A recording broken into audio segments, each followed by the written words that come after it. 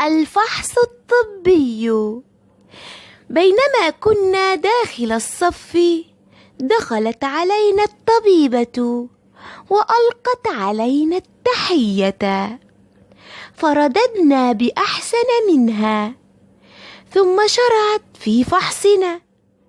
كانت تستمع إلى دقات القلب بالسماعة وتنظر داخل الحلق والفم وتتحقق من سلامة الأذنين.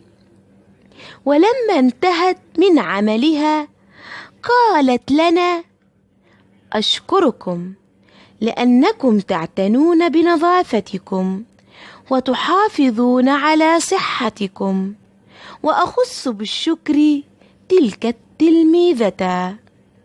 وأشارت إلي. تورد خداي من الخجل.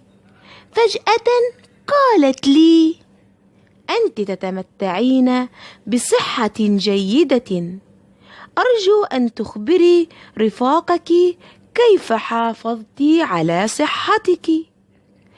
قلت: لا يسلم الإنسان من المرض إلا إذا حافظ على نظافة بدنه وثوبه وأدواته ومسكنه، واهتم بالرياضة، وتناول أغذية متنوعة سالمة من التلوث.